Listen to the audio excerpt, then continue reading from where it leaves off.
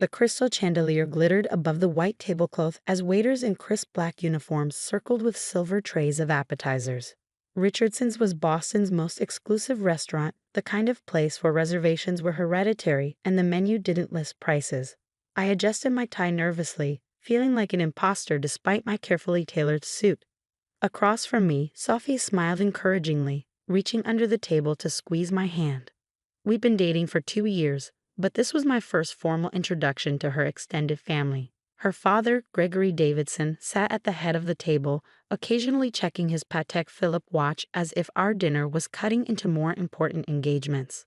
"So, Michael," he began after the sommelier had poured an expensive Bordeaux for everyone except my parents, who had requested water. "Sophia tells me you're a teacher?" He pronounced the word as if describing an exotic disease. "Yes, sir. High school physics at Westridge Academy." "Admirable." He nodded, not looking admirable at all. "Starting salary for teachers these days is what, 40,000? 47 actually," I corrected politely, "plus summers for research." Gregory exchanged glances with his brother Charles, a hedge fund manager whose Ferrari was probably being valeted outside. "Research. I see." My parents sat quietly across the table. Dad in his dependable navy suit that he wore to church and special occasions, Mom in a simple dress she'd bought on sale at Macy's. They looked uncomfortable but dignified, determined to make a good impression despite the obvious wealth disparity. "And your family business is?" Gregory turned to my father, eyebrows raised. "Robert owns a hardware store," my mother answered proudly. "Callahan's Hardware in Worcester. It's been in the family for 3 generations." Charles nearly choked on his wine. "A hardware store. Quaint. Very entrepreneurial," added Gregory's wife Victoria, her diamond earrings catching the light as she tilted her head condescendingly. I felt heat rising in my face, but Sophia jumped in. "Michael's father gives incredible advice. He helped us fix up our apartment last summer." "I'm sure he did." Gregory nodded, signaling for more wine. "Though I imagine you'll be moving somewhere more suitable once you're married. Perhaps that high-rise development near the financial district?" "I know the developer."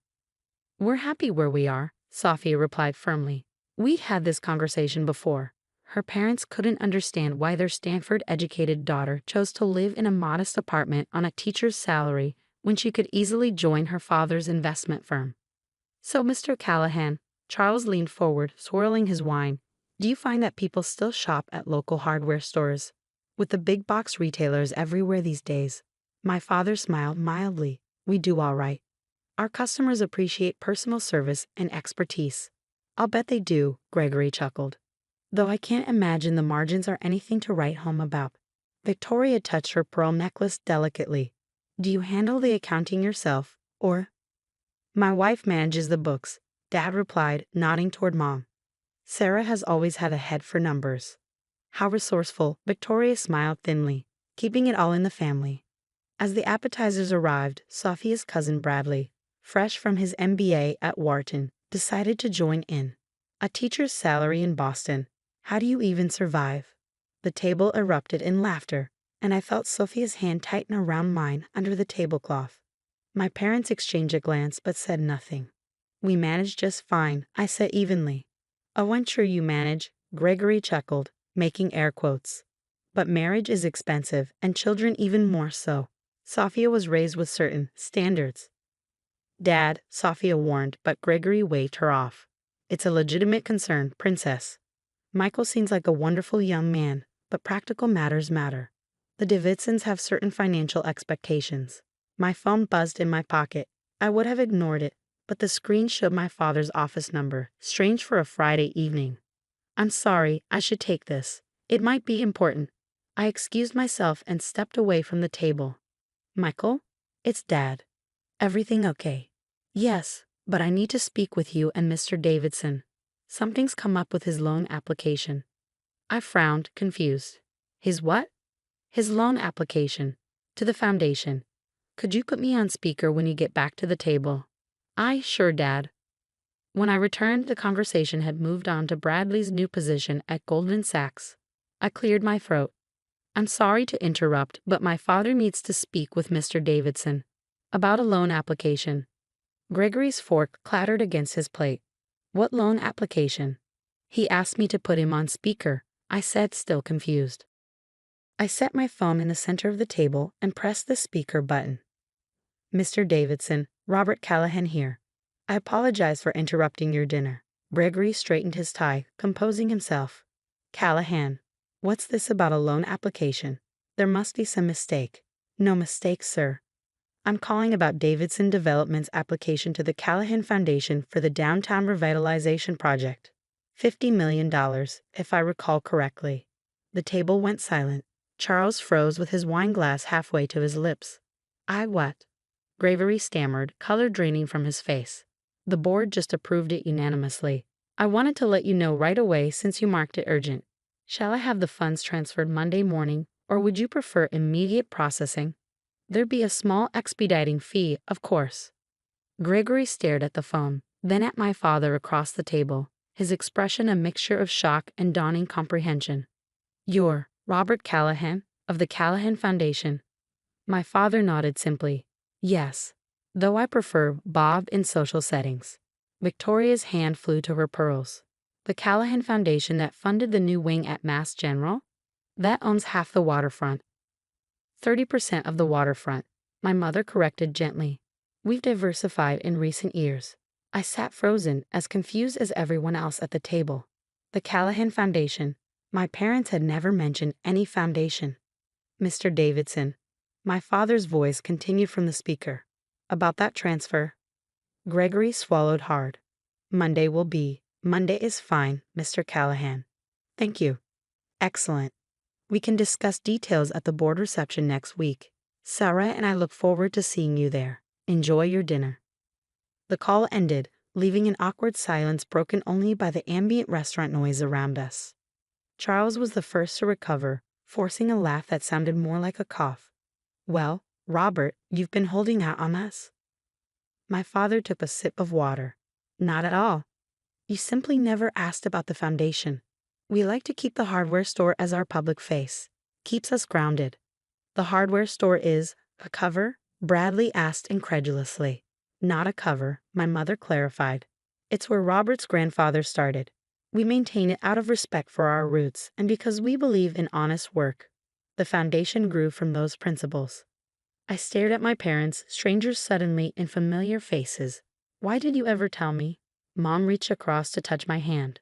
We wanted you to find your own way without the burden of the family name. You chose teaching because you love it, not because you were rebelling against or conforming to family expectations. Gregory had gone from pale to flushed. The Callahan Foundation assets are, what exactly? Last quarter. Just under $12 billion, my mother replied matter-of-factly. We've had a good year. Victoria nearly dropped her fork. Billion? With a B? Philanthropy has been very good to us, Dad said mildly. Though we find that how you give matters more than how much. Gregory turned to me, his expression completely transformed. Michael, I had no idea. Please accept my apologies for any misunderstanding earlier. No apology necessary, I replied automatically, still processing this revelation. Sophia was staring at me, her expression unreadable. I couldn't tell if she was shocked, amused, or angry that I'd never shared this information I myself hadn't known. If you'll excuse us, she said suddenly, standing and taking my hand. Michael and I need a moment. She led me to a quiet alcove near the restaurant's entrance, away from prying eyes and ears. Did you know? She demanded immediately. Sophia, I swear I had no idea. The hardware store, our house in Worcester, everything has always been solidly middle class. Comfortable but modest. She searched my face, then burst out laughing. Oh my God, your father is incredible. Did you see Dad's face? I thought he was going to swallow his tongue. Her reaction broke the tension, and I found myself laughing too. I'm still in shock. $12 billion? My allowance growing up was $20 a week, and I had to mow the lawn for that. She grew serious, taking both my hands in hers. Why do you think they kept it from you? I thought about it, remembering countless childhood lessons about the value of hard work, the importance of earning respect rather than buying it, the responsibility that came with privilege. I think they wanted me to understand the value of things that money can't buy, to know who I was apart from wealth or status. And who are you, Michael Callahan? Sophia asked softly. The same person I was 20 minutes ago. A physics teacher who loves explaining how the universe works. The guy who fell in love with a brilliant woman who chose a meaningful career over a corner office in her father's company. I hesitated. Does this change anything for you? She shook her head firmly. Not a thing. Though I admit I'm enjoying watching my family squirm after the way they treated your parents. When we returned to the table, the dynamic had shifted dramatically.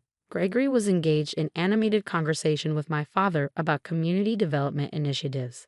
Victoria was showing my mother pictures of her charity committee's recent gala, while Charles and Bradley listened attentively to every word my parents spoke. As we took our seats, Gregory raised his glass. A toast to Michael and Sophia, and to new family connections that promised to be enlightening. The evening continued with newfound warmth, though I noticed my parents remained exactly as they had been, polite, unpretentious, and quietly dignified. They answered questions about the foundation's work without boasting, deflected inquiries about their personal wealth, and consistently steered conversations toward community impact rather than financial returns. After dessert, as we waited for the valet to bring around our cars, my father pulled me aside. Son, I owe you an explanation. You think, I replied, but without anger. He smiled apologetically. Your grandfather built something remarkable from that little hardware store, not just a business, but a philosophy about wealth and responsibility. When he established the foundation, he was clear about its purpose: to do good quietly, without seeking recognition or power. So you let me believe we were just ordinary? There's no such thing as just ordinary, Michael. Every person has value independent of their bank account. We wanted you to know your own worth before you knew your inheritance. And when were you planning to tell me? After the wedding, actually. We have a whole presentation prepared, he chuckled. Though I admit, I accelerated the timeline a bit tonight. I couldn't sit there and watch that man dismiss you and your mother. I shook my head, amazed. All these years, I've been applying for scholarships, working summer jobs, budgeting carefully. And those experiences shaped you into someone who understands the value of education, hard work, and financial responsibility. Would you trade that understanding for a childhood of privilege? Before I could answer, the Davidson family approached, led by Gregory with an entirely new demeanor. Robert, Sarah, we'd love to have you over to the house soon. Perhaps next weekend. A small gathering, just family. That sounds lovely, my mother replied graciously, though we'd be equally happy to host you at our home in Worcester. It's modest, but the garden is beautiful this time of year. Victoria, who had probably never set foot in a suburb like Worcester in her life, nodded enthusiastically. We'd be delighted. Wouldn't we, Gregory? As we said our goodbyes, Sophia squeezed my hand and whispered, "Your parents are amazing." They really are, I agreed, watching as they climbed into their 10-year-old Volvo, a car they clearly could have replaced with a fleet of luxury vehicles at any time. On the drive home, I called my parents on speakerphone so Sophia could hear. So, $12 billion? I asked without preamble. My mother laughed. 11.8 technically, and most of it is in the foundation, committed to various causes.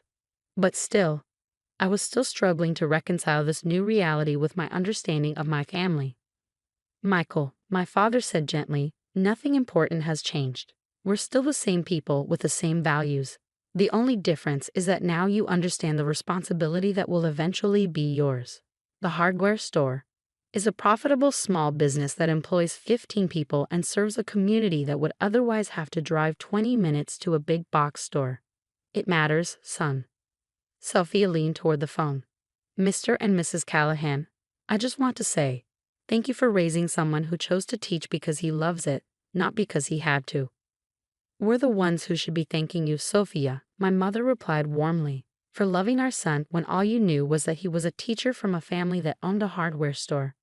After we hung up, Sophia and I drove in contemplative silence for a while. Does it bother you? I finally asked. That I never knew. That I can't even claim I was rejecting wealth on principle. I just had no idea it existed. She considered this. What bothers me is thinking about how differently my family would have treated you if they'd known from the beginning. How differently they might have treated someone else in your position who didn't happen to have a secret fortune. Me too, I admitted. So what now? Do you quit teaching and join the family foundation? I shook my head firmly. Absolutely not. I love my job. Though I might talk to my parents about establishing a scholarship fund for students interested in STEM education. She smiled. That sounds perfect. Later that night, after dropping Sophia at her apartment, I drove to my own modest one-bedroom, seeing it through new eyes. I could move tomorrow to a penthouse, buy a sports car, live a completely different life. The possibility was dizzying. Instead, I made myself a cup of tea and called my parents again. I need to understand everything, I told them. The foundation, the responsibilities, the expectations.